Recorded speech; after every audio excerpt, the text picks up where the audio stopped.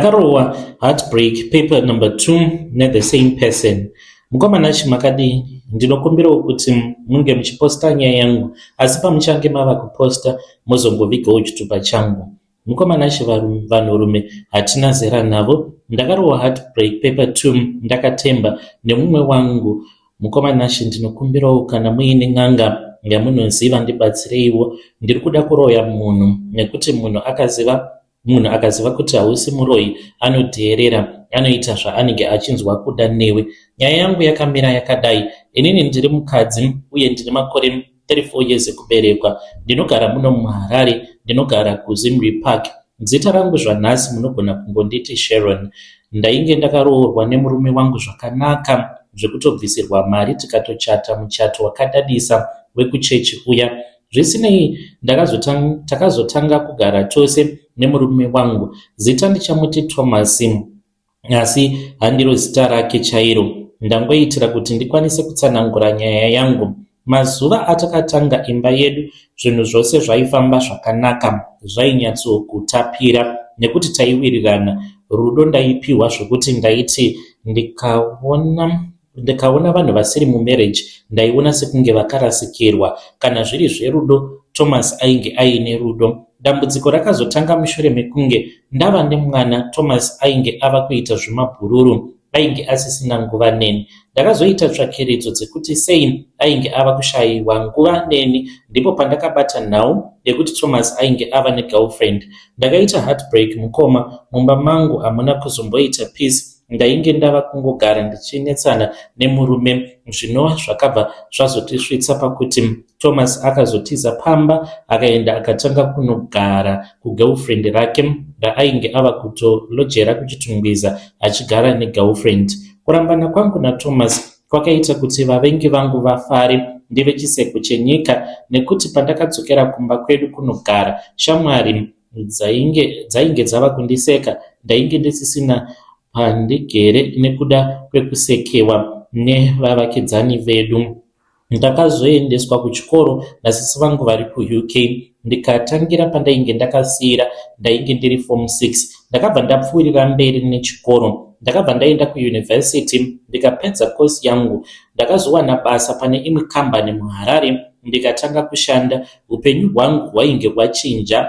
Kana stress chaiyo ndainge ndava nestress shoma, asi muupenyu hwangu ndaiva nemukomana uyo wandaingoti besti kubva kumadays ekuhigh school. Zita ndichamuti James. Inini naJames taiva mabest friend chaiwo, zvekuti pandakarohwa neheartbreak ndiye munhu akandikansela. James ainge asiri muZimbabwe, ainge ari kuUK kuchikoro. James akazouya kuZimbabwe mushure mekunge apedza chikoro. James ainge achiri mukomana, ainge asina kumbobvira akaroora muupenyu hwake. James akazondisvitsa zvake shoko akandiudza kuti zvainge zvakaipei tikangoroorana sezvo tainge tagara tichiwirirana nechekare. Ndakamboda kuramba ndichimupa zvikonzero zvokuti iwewe uri mukomana, inini ndine mwana, hama dzako dzinozozvitambira sei. Zvisinei ndakazopa James mukana. Rudo rwedu rukatanga kupisa. Rudo rwedu rwainge rwatova pane chimwe chidanho chekuti tainge tava kutoronga zvekutoroorana. ZvaThomas zvainge zvava kutobuda mupfungwa dzangu nekuti painge patova nemakore akawanda tasiyana. Ndainge ndava kungoti inini naJames tainge tatova pachidanho chekuti ndainge ndava kutoziva dzimwe hama dzake dzaitoratidza kundifarira, chero dzainge dzichizviziva kuti ndainge ndakamboroorwa. Asi tiri mushishi yekugadzirira, pakauya imwe face yaThomas muupenyu hwangu. Akauya achidemba pamwe nekukumbira ruregerero, achinzwisa tsitsi, achidemba achiti ainge achinja. Zvose zvainge zvakaitika nekuda kwekuti ndainge ndichiri mwana mudiki, saka dzainge dziri pfungwa dzeudiki akadaro. Saka ainge auya kuzogadzirisa zvose zvaainge akakanganisa. Shoko rakazondidzora nderekuti ainge asingadi kuti mwana wedu ange achizochengetwa neumwe murume iye aripo. Unongozivawo mukomanashi kuti kana mwoyo wakamboda hameno zvinoitika. Mwoyo kana wakamboda munhu unoita kamwe kakupusa. So ndakasarudza kudzokerana kuna Thomas nekuti ainge andiudza kuti ainge ava kutoda kutonditengera imba nemotikari zvekukumbira ruregerero. Takatora decision yangu. Avawo brother James handina kuvaudza zvainge zvavapo, ndakangova ndokubva ndanyarara. Ndainge ndava kutoita zveupenyu hwangu. Ndinofunga vakamboya pandaigara, asi inini ndainge ndatotama, ndainge ndatoita move on. Ndava kugara muzimansion raThomas. Mazuva ekutanga rudo rwandaipiwa naThomas hapana chandaiita pamba, zvose ndaiitirwa kubva pakubika kalife aka ndakangokararama kwenguva doko ndichiri pahoneymoon period.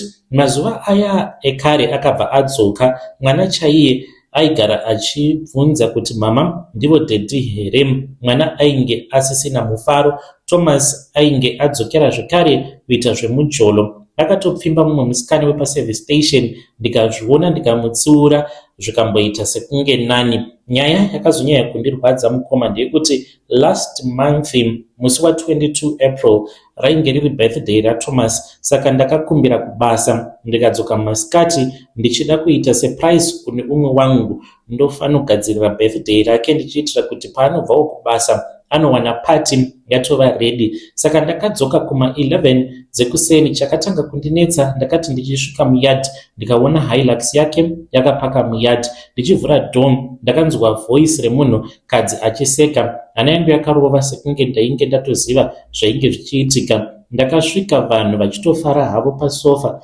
Chakanyanya kurwadza mukoma ndechekuti mukadzi wandakaona ndiye sei munhu waakamboenda kunogara naye achindisiya. Ndakarwadzwa mukoma, ndikatuta twangu nemwana wangu. Ndakabuda iko zvino zvindava kugara kwangu ndega. Thomas ndakamusiya, asi mwoyo wangu hauna kuzorora. Ndine shungu dzekuti ndinoda kumurwadzisawo. Dai kana paine anoziva munhu anogona kugadzira. Chandiri kungoda ndechekuti ambonzwawo pain yandiri kunzwa. Akatanga andirambanisa nemunhu ainge auya achida kundiroora. Apedza obva andirwadzisa zvekare. Paper number 2. Saka kana muine munhu wamunenge muchiziva mukoma, musanyara. Hamusirimi munenge mazoenda kun'anga, hamungazombonzi ndimi muroyi. Zvinenge zviri kwangu. Kana paine zvandinenge ndichifana kuzoripa later on, ndinozongoripa ndakatarisana naMwari wangu. Ndibetsereiwo mukoma. Muri yeZimbabwe ndo message iyo yandakatumidzirwa ichibva kuna vahanzvadzi vedu. Ngatizamei kuti tinge tichitaura navo mucomment section. Zvakangooma hazvo vedu we. Hanzi ndakarohwa nepaper number 2. Rekedzai tibva taenda panyaya yedu inotevera. Nyaya yedu inotevera yakamira sekudai. Nganzi mukomana muri sei, please post my story Makavi goals chitupa sahaiti. Izvi ndo zvinoitika kwedu kana kuine munhu anenge ava kuda kufa zvegore iroro. Tose tinotorotesewa. Gogo vedu vakafa zvavo, but gogo pavakafa vakatora zvose zvaishandiswa nasekuru vedu, yakange iri n'anga. Ndokubva vaenda vakanozvitengeserawo imwe n'anga, but n'anga iyi yakange iri yechirudzi ichigara muMbare. Saka vanhu havana kuita basa nazvo nekuti vanhu vainge vatotendeuka vava kuita zvekunamata. Vaibhiliva kuti nekuda kwekuti vakange vatendeuka vainge vava kunamata, zvichivanhu zvakange zvisisina basa. Vana baba vedu vose vakapera kufa. Ndikangoti kumhuri kwedu isusu ndichingoverenga mufamily yaNamudhara vakazvarwa vari 8. Saka pahu8 hwavo kwangosara vamwe chete. Vamwe vose vakapera kufa, including my father, vakazvisungirira. Vashoma mudzinza vanonzi vafa nekurwara. Ruzhinji rwevanhu kunofa mudzinza rekwedu vanofa mushure mekunge vazvisungirira. Sababa vangu takatovarota, kana iniwo ndakavarota. Ndainge ndichiri kuboarding school, ndakamuka ndichichema. Ndavaona baba vakabata tambo vachiti mwana wangu ndava kufa. Pandakaedza kutaura navo ndichiti baba musazviuraya, kana mukafa tinozotambudzika. Ndopandakaona kuti kumashure kwavo kwakange kwakamira umwe mudhara ainge akabata bakatwa achivaudza kuti kana ukasazvisungirira ndini ndinotozokubaya nebanga wobva wafa. We are trying to pray. Ndikuda kungobvunza kubva kuvafundisi vanoteerera chino chirongwa, how can we break generational case kana kuti tombomira toita zvechivanhu.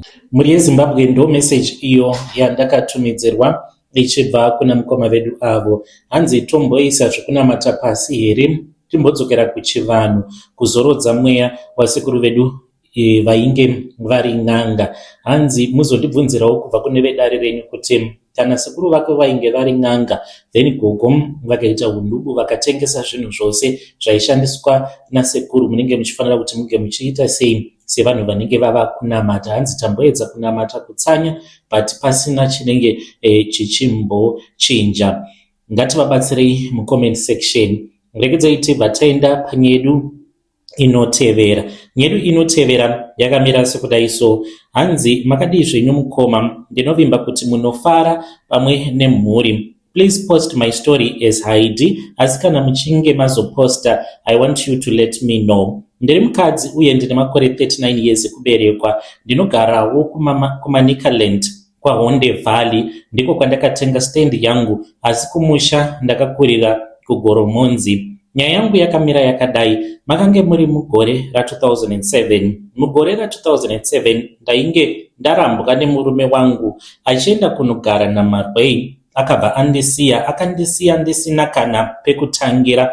Munongozivawo kuti kana usingashandi wobva wasiyiwa nemurume, apa unenge uine vana, unosvika pakushayiwa kana pekutangira. Ndakabva ndasiyiwa pachena ndiine vana 2. Ndaigarawo muruwa. Rent yakaramba kutamba, kudzamara ndadzokera kumusha kuGoromonzi kwainge kuina mbuya vangu avo vakakura vachindichengeta. Mbuya vangu vainge vakura, saka inini nevana vangu vainge vatovawo mutoro kwavari. Saka ndakangoenda kumusha ndichida kuti ndiwane pekuti vana vasare kana ndava kuenda kubasa. Saka ndakatanga kutsvaka basa ndichida kuunganidza mari yekuti ndikwanise kuita kabusiness kangu, asi shungu dzangu dzaiva dzekuda dzekuhodha mabhero.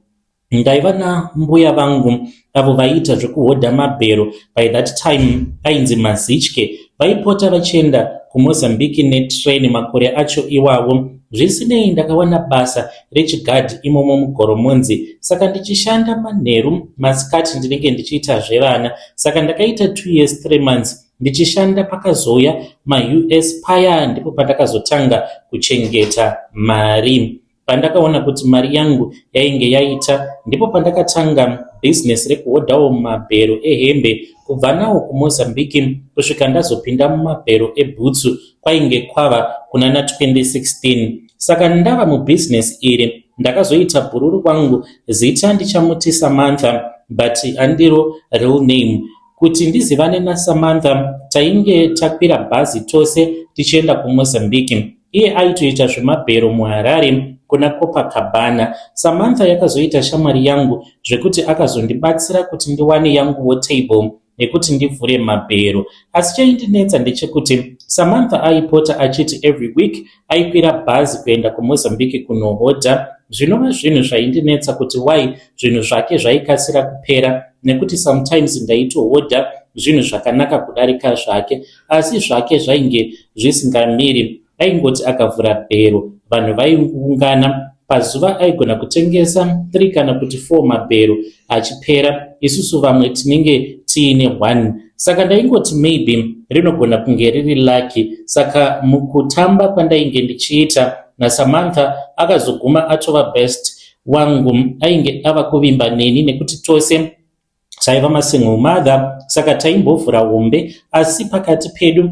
hapana aiburitsa secret yemumwe, tainge tichingochengeterana masecrets edu. Trust iyoyo ndiyo yakaita kuti Samantha azova open kwandiri. Samantha akanditi, you are my friend, hapana pandinokusiya uchitambudzika zvauri kuita izvi. Ndine nzvimbo yandinoda kuenda newe, inini ndiko kwandinobatsirwa kuti business rangu rifambe zvauri kuona kudai. Saka kana uchida tinoenda tose, ndinokuratidza. Samantha akati kana uchinge wava ready kuenda unozondiudza tobva tachizoenda. Imwe pfungwa yaiti enda, imwe ichiti usaenda, asi ndakazonyatsokufunga ndikabuda nedecision yekuenda kumubatsiri uyu. Saka takazoenda tose kuMozambique naSamantha, nzvimbo yatakaenda mukoma kumaruzevha kwekupedzisira. Kwakange kusina motikari, transport yeko kwakange kuine mamotobike. Musi wataenda tava muMozambique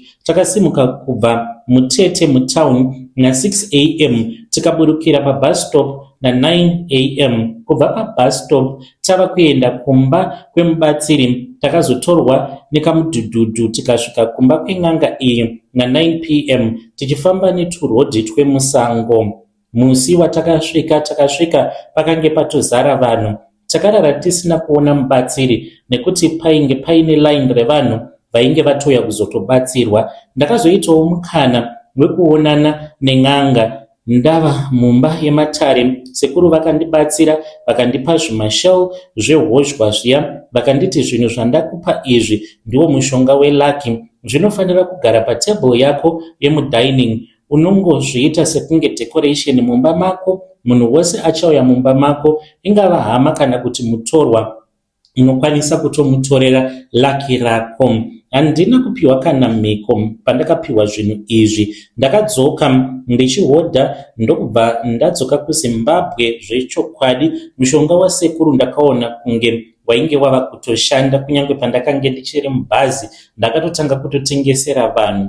Mushonga wavo sekuru wakashanda. Ndainge ndava kuita mari zvekuti ndainge ndava kutohodhesa mabhero kuHarare. Ndakazotama kubva kuHarare ndava kuda kugarira kudhuze nebhodha, ndipo pandakatama ndava kuuya kuno kwaMutare, ndiko kwandava kugara. Saka ndava kuno kwaMutare ndakazopfirwa nemwana wangu firstborn musikana ainge achangopedza kunyora O-level yake. Mukomana achi ndakabatikana kusvika pekupedzisira. Ndaifunga kuti ndinogona kunge ndakaroyerwa mwana nehama nekuda kwekuti ndainge ndaitawo mari, nekuti mari kutaura chokwadi ndinayo. Saka pakafa mwana, mistake yandakaita, handina kudzokera kwasekuru vakandipa mushonga. Ndakaenda kunotsvaka mumwewo mubatsiri. Pfungwa dzaida kurivenja munhu ainge auraya mwana wangu. Handina kuziva kuti ndainge ndava kutozvikanyira upenyu hwangu. Pandakatanga kufamba ndakaenda kuChipinge kune imwe n'anga. N'anga iyi yakazoya pamba pangu, yakaita zvayakaita. Yava kuenda yakasiya ikacherera hari pamba pangu ichiti hari iyi ndeyekuzodzorera munhu akauraya mwana wangu. Ndakatobhadhara mombe 3 dzekutenda n'anga iyoyo ndokubva yaenda. Pandakadaidza n'anga pamba handina kuziva kuti ndainge ndatozvisikira dambudziko muupenyu hwangu. Iye zvino mukomana acho handichina kana zororo muupenyu hwangu. Mwana wangu ari kundimukira, mwana ari kumuka ari kunditi, mama, handizorori kusvika maita confession muchiudza hama dzangu kuti ndimi makaita kuti ndinge ndichizofa. Kubva pandakatanga kuona mwana wangu ndava nedzimwe nguva dzekuti ndinorohwa nemunhu uyo wandinenge ndisingaoni kuti ndiani. Ndakadzokera kwasekuru vekuMozambique, vaya vakatanga kundipa mushonga. Sekuru vakasvika vakandidzinga vakandiudza kuti dai pakafa mwana wako vakadzoka kwandiri nekuti yaiva sacrifice yemushonga wavakandipa, asi iye zvino havachina chavanokwanisa kundibatsira nacho nekuti ndakasanganisa zvinhu. Saka ndiwo watova upenyu hwangu hwekugara ndichirohwa. Mari ndinayo asi handina peace. Ndinorohwa mukoma, musana wangu wose wangozara maronda nekurohwa. Peace handina. Ende nemunhu wandisiri kuona ndiye anenge achindirova. Mwana wangu wandakauraya ndinomuona almost every day achindiudza kuti mweya wangu uchazozorora kusvikira maenda kuhama dzangu kuti ndimi makaita kuti ndinge ndichizofa. Saka ndauya pano mukomanashi, imi nevedare renyu ndinoziva vazhinji vachandishora kana neni ndinozvidemba kuti dai ndakaziva itungamiriri ndingadai ndisina kubata hangu mishonga, business rangu raitofamba kunyange zvaiva slow, asi ndaitokwanisa kutochengeta vana vangu. Asi ruchiva ndirwo rwakaita kuti ndisvike pakadai. Mukoma ndauyawo pano ndinoziva kuti ndakatadza. Vanhu vanoda kutonga tonga henyu handina basa nazvo chero ndawana help, nekuti handisi kurara kuti ndiudze murume wangu kuti ndini ndakauraya mwana, ndiri kushayiwa pekutangira. Ndinoti kune mwana wangu, sorry, please forgive me. ndaifungidzirawo kuti zvandiri kuita zvichaita kuti imi sevana vangu munge muchizogara nekuzoraramawo upenyu hwakanaka. Muri yeZimbabwe ndo meseji iyo yandakatumidzirwa ichibva kuna vanzvadzi vedu zvakangooma azvo vedu yai pakaipa. Hanzi chipoko chemwana chiri kundirova chiri kuti you have to confess. Apa iniwo wacho handisi kuda kureurura. Regedzai tibva taenda panyedu inotevera. Nyedu inotevera yakamira sekudai so. Hanzi makadii zvenyu mukoma Nashe, please post my story. Makaviga chitupa changu ndanga ndava nemazuva ndichingokutsvakai kuTikTok, no response. Ndokusaka ndazouya kuno kuFacebook. I'm not a Facebook person. Musazosharewo profile yangu because handina kuloka kana kushandisa ghost account. Munogona kunditi Margaret. Handidi kuti mhuri yangu inge ichiziva zvimwe zvinhu zvandakaita. Ndine 31 years, ndakakurirawo muMbare muHarare, asi ndakapedza makore akawanda ndichitenderera kumaclubs nekuna fourth sezvinoitwa nevakadzi vanotsvaka mari usiku. In short, ininiwo ndinoita basa rekutengesa muviri wangu. Mukoma handisi kuzonyepa pano. Upenyu hwangu hwakandisvitsa pazvinhu zvandainge ndisingambofunge kuti munhu angaita. Ndakaita zvinhu izvi nekuda kwekuti ndainge ndichida mari. Mari yacho handina kana chandakakwanisa kuita nayo, zvekuti nhasi uno ndinoti kana ndikagara ndega ndinozvibvunza kuti dai ndakagara hangu ndiri mupoverty yangu zvainge zviri nani. Ndakatanga kuita zvekuenda kumaclubs ndiine 22 years. Panguva iyoyo ndainge ndabva kucollege ndikatadza kuwana basa. Amai vangu vairwara neBP. Mwana wangu ainge achiri mwana mudiki ndisingazivi baba vake. Ndakange ndichidanana nevarume 3 panguva imwe chete, vose vakaramba. Pakutanga ndaingoshanda kusalon, mari yacho yaisakwana kana anything. Umwe musikana uyo wandaiswera naye ainge achinzi Tracy akatanga kuendeendesa kumaclubs ekunana Borodale. Ndipo pandakaona kuti kune vanhu vane mari munyika. Mablesa, mawhisky, maiPhone, mawig, mari yekungosplasherwa patafura. Pakutanga ndaitya, asi nekuda kwenzara inochinja munhu. Zvishoma nezvishoma ndakatanga kubuda nevarume vane mari. Weekend imwe chete waitogona kutobata $500 kupfuura munhu anoshanda mwedzi wose. Mukoma Nashe, chokwadi ndechekuti ndakazojairira lifestyle iyoyo. Ndakazotama kuapartment nevamwe vasikana vaitofamba nemaNigerians nemabusinessmen. One Friday, imwe friend yangu akati pane this other big man wekuNigeria ari kutsvaka munhu wekufara naye. Ndikati okay, there is no problem. Zvekuzoti munhu wekuzodii ndakange ndisisina basa nazvo. Ndakaudzwa nemusikana iyeye kuti this Nigerian anobhadhara heavy mari and ane zvinhu zvake. Ini ndakange ndatombonzwa nyaya dzemaNigerian ritualist kubva kune vamwe vasikana avo vakambovharirwa mubhuti neumwe muNigerian akada kutiza navo achida kuenda navo kuSouth Africa. Saka ndaingofungidzira kuti ingori gossip. Takaenda kune imwe penthouse. Mukoma murume uyu ainge ari mukuru zvake, ainge akanyarara, akange akapfeka hembe dzainge dzichiratidza kuti munhu uyu ane mari. Pavarume vose ndiye ainge ari munhu airatidza kuva mukuru kwavo. Chakandishamisa ndechekuti vose vakange vakapfeka hembe dzakafanana. Musikana wandainge ndiinaye akandishingisa akanditi ndozvavanoita maNigerian, vanopfeka hembe dzinenge dzakafanana. Mukoma ndakabva ndanzwa kusagadzikana because it was very weird. But pandakaona bundle remari ragadzikwa patafura ndakabva ndanyarara. Murume iyeye akabva ati you are very beautiful, I like you. Akabva atanga kundipa madrinks. Takatanga kutaura zvishoma nezvishoma. After some time akabva ati there is one thing that I need. Let us go to my place. If you agree, I will pay you $10,000. Hana yangu yakamira $10,000. Hana yakange isingarovi pakadaro nekuti ndakange ndisati ndakambopiwa mari yakawanda kudaro. Ndakafunga kuti maybe ainge achitongondivhara. Ndakabva ndati it is okay. Tiri muroad akati kwandiri mushure mekunge ndamubvunza kuti why uri kuda kundipa $10,000? What thing do you want me to do for you? Murume uyu akazoti kwandiri you must not scream. apa ndakange ndatova mumotikari yatokiwa madhomu, yakange ichimhanya benzi iyoyo. Ndakatanga kutya, asi greed yakange yatopinda mumwoyo mangu. Akaenda neni tikasvika pamba pake. Hatina kumbotora nguva yakareba tiri mulounge, takangodya nekunwa ndokubva andikweva akaenda neni kune imwe room. Murumu umu mukoma makange musina kubatidzwa malights, makange muine macandles nezvimwe zvinhu zvandakange ndisinganzwisisi. Pakange paine box, pakange paine glazi rakange ririmo nebox kuseri kwacho. Pandakaona zvakange zviri mubox ndakapotsa ndamhanya. Mainge muine dzvinyu hombe rainge rakakura zvekuti ndainge ndisati ndakamboona dzvinyu rakakura kudaro. Rakange riri regreen. Apa rakange rakangonditarisa. Ndikati no, handizvikwanise izvi. Murume iyeye akabva ati, but you have already came here, relax, the money is going to be yours anytime soon. Mukomana shi handidi kupinda mune mamwe madetails because zvinotondirwadza kutonyora, asi chinhu chandinoziva ndechekuti ndakabvuma nekuda kwemari.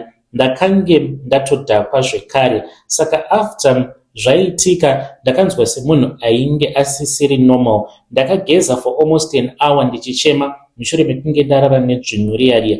Murume iyeye akabva andipa mari.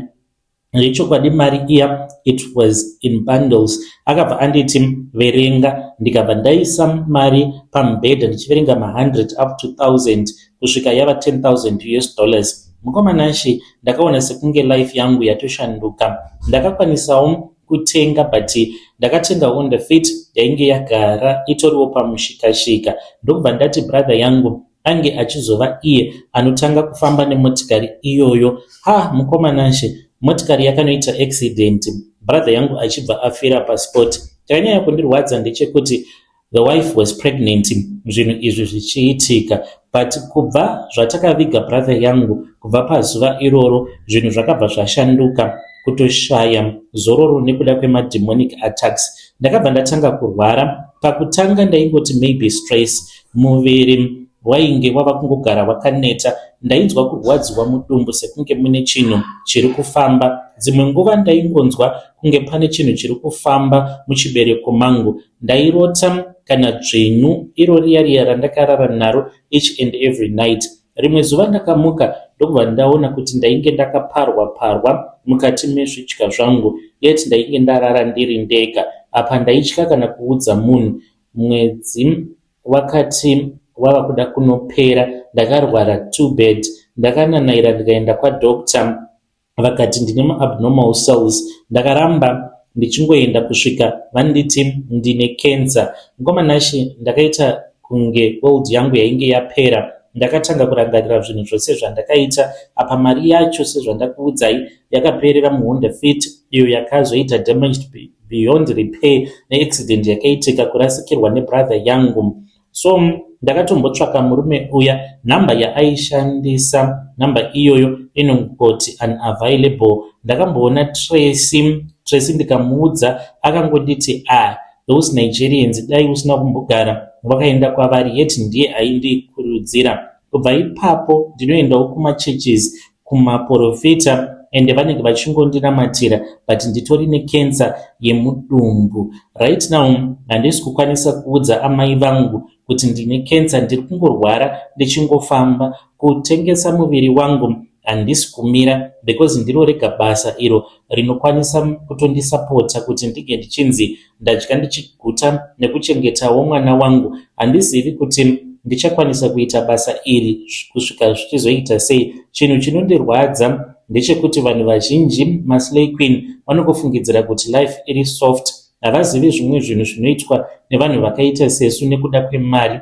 Handisi kuti ndichazosiya basa iri. Kana ndichizofa ndichange ndichingoita iro rino basa. Ndanyora nyaya yangu because ndiri kutsvakawo mubetseri. Pane umwe musikana wandakambotaura naye akaenda kun'anga yokwamutoko. N'anga iyoyo yakamubatsira kenza yemuchibereko ikatosvika pakutopora. Ndakaenda ikoko, but ina handina kumboona kana change. Apa vainge vandichaja mazimari. Handizivi kuti ndakarara nevarume vangani kuti ndiunganidze $1,000 yavainge vachida kundirapa, but chakachinja hapana. Kana muine mudetseri wamunoziva, ndibatsireiwo mukoma. Muri Zimbabwe ndo meseji iyo yandakatumidzirwa ichibva kuna vahanzvadzi vedu. Ngatitaurei navo mucomment section. Zvakangooma ngazvo vedu we yapakaipa kuita zvivindi zvekurara nedzvinyu. Hanzi ndainge ndakadhakwa. Yapakaipa. Variwo vateereri ndo mamessages avo ndanga ndakakubatai. Ngatisanganei zvekare mune zvimwe zvirongwa zvinotevera.